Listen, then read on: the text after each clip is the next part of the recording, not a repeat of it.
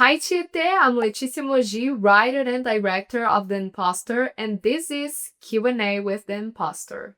The Impostor was shot in my hometown, São Paulo, Brazil, and to be specific, in my bedroom and living room. What were your inspirations for the film?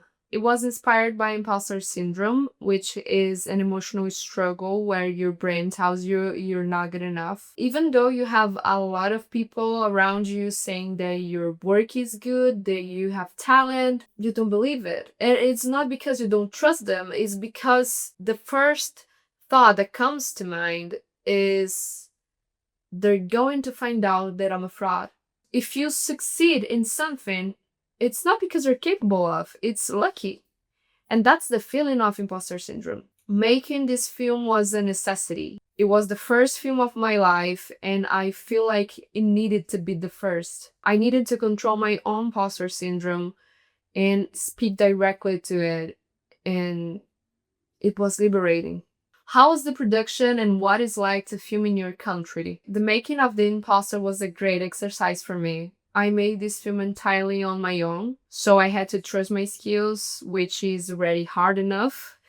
Lighting, cinematography, makeup, acting, editing. And I didn't raise a budget for the film, so I used my own equipment. And a fun fact about it, for the scene where the character is lying in bed surrounded by darkness, I had to improvise with household objects to mimic a spotlight coming from above. So I think this sums up filmmaking in Brazil. Sometimes we don't have the right gear or the budget, but we have the creativity to make it work. For you, what is the main role of cinema for society? For me, cinema serves many purposes to society, but I like to think its main role is to share our humanity. Every film says something about the one who's making it and the one who's watching it. So I think cinema works as a way of telling others something we would never have the courage to put into words. Our vulnerability is our humanity, and I think cinema reveals that. In an age of streamings, metaverse, and artificial intelligence, how do you see the future of cinema?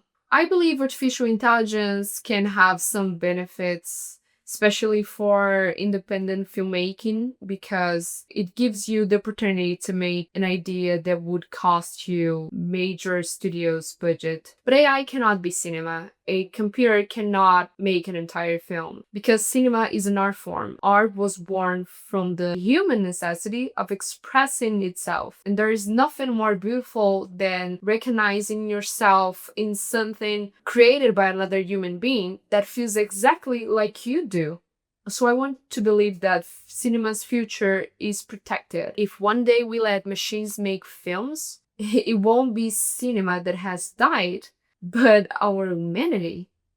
For independent filmmakers, do you think the hybrid model, screening in theaters, streaming, and online festivals, is bringing more benefits or losses? I think it's more of a benefit. For an independent filmmaker, an in-person festival can feel like our own Oscar. You see your film in a big screen, you build connections, but the online space is also powerful because you can make a movie and a lot of people from the other side of the world can watch it, and it's incredible. Do you have any new work in development that you'd like to share?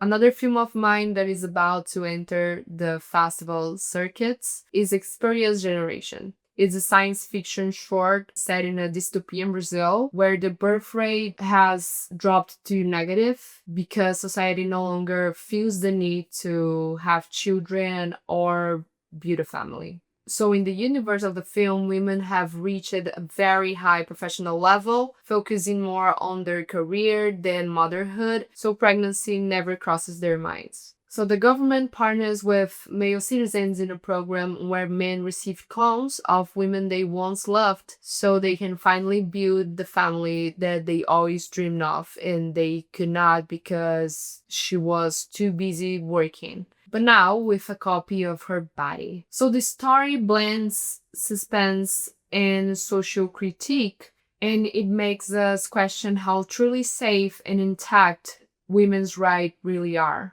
As Simone de Beauvoir once said, it only takes a crisis for women's rights to be threatened.